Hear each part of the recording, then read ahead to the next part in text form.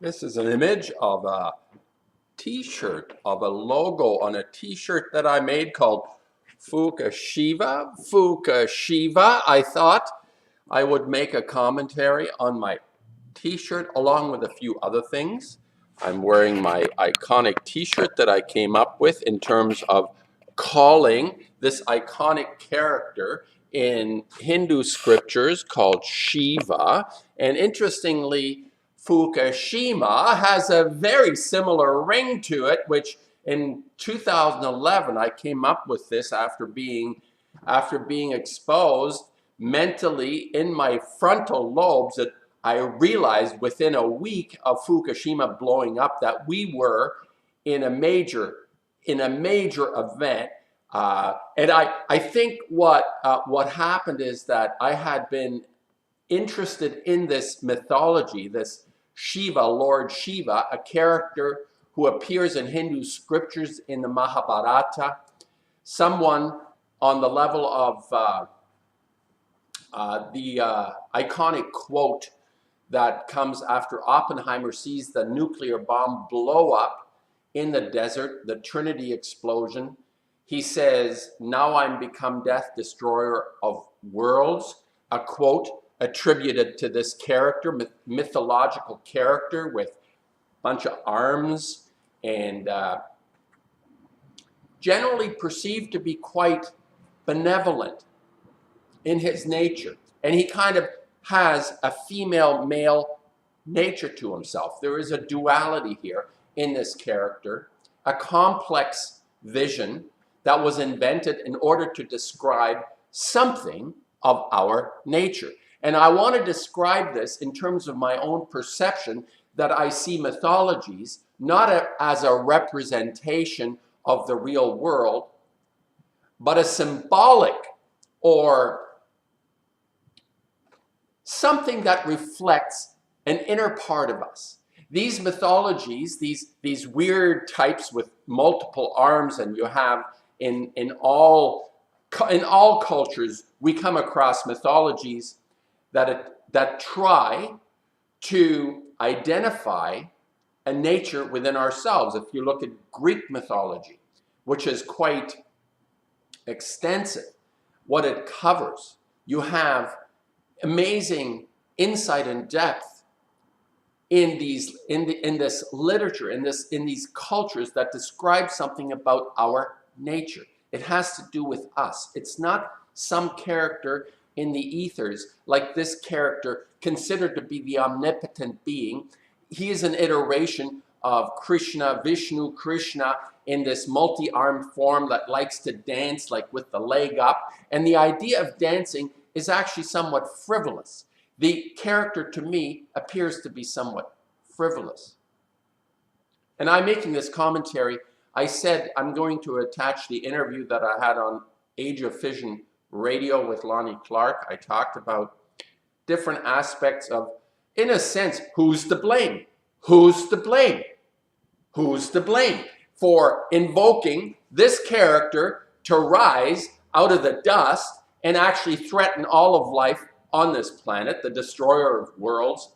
And usually Shiva is considered to be part of a sort of the idea that time destroys the world. He's a timeless character, but that time in essence is the destroyer of worlds, which has taken on a completely new complexion after Fukushima. The idea of the peaceful atom now unleashed as a deadly force, the lie that is the peaceful atom, administered by the nuclear criminals, a syndicate that runs over 450 nuclear plants on Earth, and other research facilities, well over 600 facilities that handle this toxic material. And this is the representation I felt was most appropriate. And it's basically taking, when you see this character, it's basically, I screen printed, I redrew it, and I used this sort of multi-arm kind of thing, which is also, interestingly, an icon in front of the CERN Hadron Collider. They have this image, obviously not FUKUSHIVA, it's just a Shiva character in front of their buildings at the Hadron Collider in in Switzerland, wherever this place is. Now, obviously, there is a kind of curiosity for me how these, well, for myself, how I come up or connecting this. I mean, one shift of a letter, the M becomes a V, and right away you have like a proper name that actually makes a lot of sense. I think artists do this quite a bit. It's a bit clever. I'm not big on being clever in what I do. I just like to express something that is heartfelt within myself. And I'd like to comment a little bit on the fact that I've basically said what I've wanted to say over the last 6 years, ever since I realized as I grew up with this understanding from 3/11/11,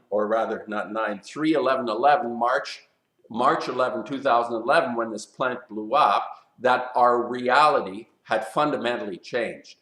We had brought this character to life in the real world. The destroyer of worlds is alive and well and functioning amongst us. And obviously, when you look at ritual and culture and religions, the symbolic aspect, there is a frivolousness there as well. It's a kind of feeling where people say, well, that's just how it is.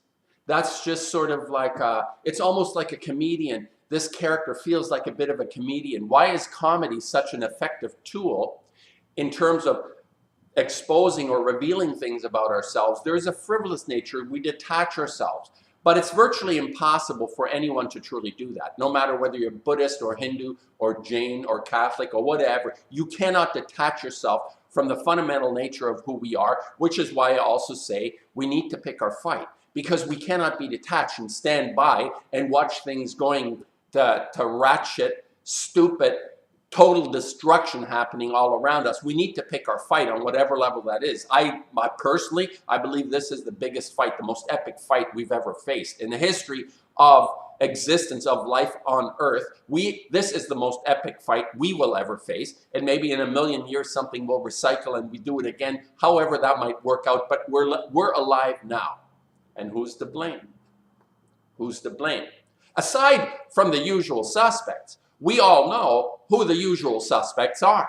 We have incredible consortiums of criminality functioning right under our noses.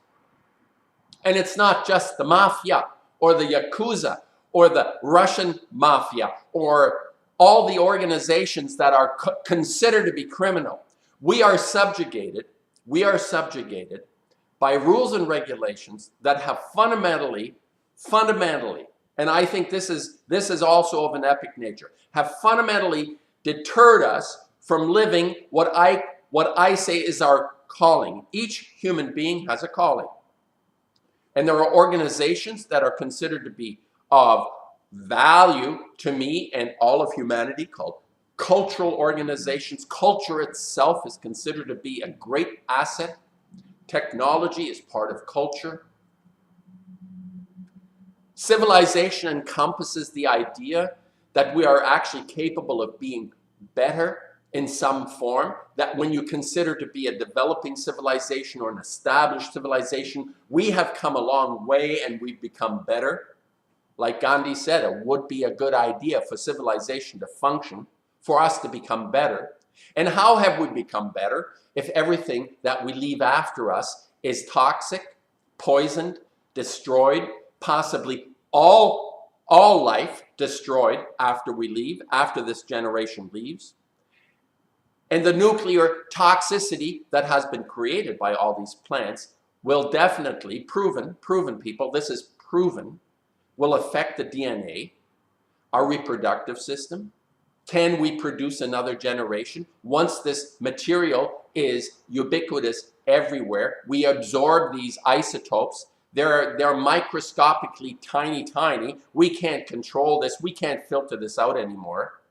The only reason things are still functioning on the level they're functioning, and they're not functioning very well when you consider the cancers are off the chart everywhere. So it's not working. Whatever we believe to be functioning and working normally is not working when half the population or more, even the younger part of our population, is suffering with some kind of a disease or ailment, requiring attention, drugs, interventions that actually pretend that we are normal. I have friends who take like a cornucopia of pills or whatever they use every day, 15 or 20 different pills to function. This is not normal. This is not what life is meant to be. So we appear to be functioning well, but underneath there is a fundamental dysfunction.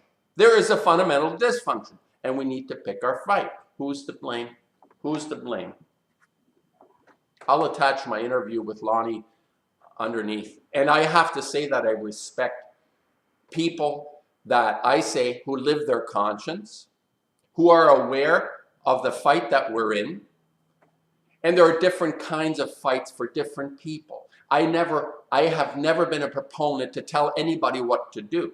I'm expressing my point of view, my opinion, my feelings, my thoughts in terms of what I feel I am doing. Not what I would like to do, but what I am doing. And as a painter, as an artist, I make paintings that express the time that I feel we live in. This is the nature. This is who I am. I express the time that we live in. Like my mentors, my extended family, those even that are no longer with us, especially those who are no longer with us, but also those who are still alive, that are producing the work that reflects the time we're in, that tells us something is happening, and may not be exactly specifically like telling you in a sentence what's happening. There is a fundamental nature to us that is wrapped up in a mystery. We don't understand this, but we have a notion of what is going on without being able to express it in words, hence FUKUSHIVA. And this character to me is quite curious. I had not been that interested prior to March 11th, 2011 in this character, even though Oppenheimer had mentioned this quote of "Now I'm become death, destroyer of worlds." This character has significance to me because of who's to blame. And I look at myself. When I see this character, I look at myself. And what I'm trying to do when I do my videos, and I've said everything I've said, I'm repeating myself in this. It's a combination of thoughts that I have every day, other thoughts that I've had that come back, that I revise. I change my thoughts occasionally, but there are certain truths that are irrevocably true. And one is that we're under threat. And I've said truth is a moving target. Truth is something that can change according to the honesty with which I function. Because as I raise my level of honesty, inquiry, my thoughtfulness, the truth emerges, and I've done the search, the deeper search within myself, and I'm convinced, without having been at Fukushima, I am convinced this was revealed to me shortly after that plant blew up, and it became such an imposing mental state for me that I could not but believe this to be true. And I say believe because I see the cancers around me, on my street, in my community, worldwide, the diseases that are actually so brutalizing our humanity. And people say, well, you know, I had a conversation yesterday with a friend invoking the Georgia Guidestones, where 500 million people are left. It is suggested, the Georgia Guidestone suggestions, these are suggestions. It's like the 10 Commandments are 10 suggestions. Personally, I would say, get rid of all rules and regulations and just make write a small booklet of what we can do rather than what we can't do. All of society, civilization, culture now has basically become a library of millions of rules and regulations of things we can't do. Why not just write down the things you can do? And it'll be a very, very concise, small, probably fit on, it'll be the 10 do's that can be applied to all our lives if there are that many left.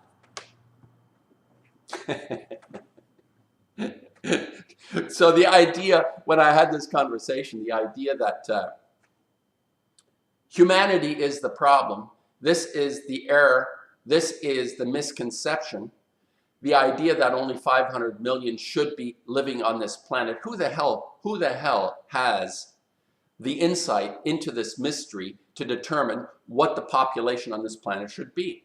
Which individual, like Bertrand Russell and Bernard Shaw, these euthanized eugenicists who proclaimed that there are useless eaters, and they obviously did not consider themselves to be useless eaters because they were enjoying the plentifulness of this experience, and they were making judgments on other people as not being valuable. I would say anyone that is subscribing to the idea of having fewer people on the planet, take a pill yourself first. Show people by example that you are willing to let yourself go into the next ether, into the next continuum, whichever way that might unfold on the other side of life, and show us the path. Don't tell us what to do. Do it yourself. This is something that I feel more connected to, the idea that I can't tell you anything unless I do it myself. And this is character again, is what I've always said is an internal battle. Shiva represents an inner war that goes on, the destruction that continuously happens, even on a day-to-day level. Every day, I am somewhat destroyed by the recognition and understanding of this mystery, of my own circumstances and of the larger circumstances that we're in. And my mission, my thoughts, my ideas are not to rant and rave about any particular topic like Fukushima, but that's all there is, like I said. And then there is Fukushima. My calling is ultimately to make myself a better person through the work that I do, and the work that I do that affects people, that makes the place a better place. This is how I see my own situation, and it's no different from anyone else. Everybody else can practice their calling by doing that fundamental thing of becoming a better person through conscience. What I say, through conscience. And then your actions will follow based on that conviction. That's just how it works. And I truly respect the people that are acting on their conscience. I say acting, not just thinking about it, but acting on their conscience. I respect people that put their neck out, that risk, that say the things that should not be said according to culture, our culture, which is a culture of death, that prevents us, that encourages us to be silent and to conform. Anyone that bucks that trend is very high in my esteem. I can have a conversation with anyone that is acting their conscience, and I would have a fabulous time. I can sit down in a pub with anyone that is acting their conscience, contrary to the idea that you have to be brilliant and smart or something in order to have a decent conversation. Not at all. I find energized by people of conscience, people that are good people, that recognize this and are willing to look at themselves and learn fundamentally that there is a better way, and how do I overcome that within myself.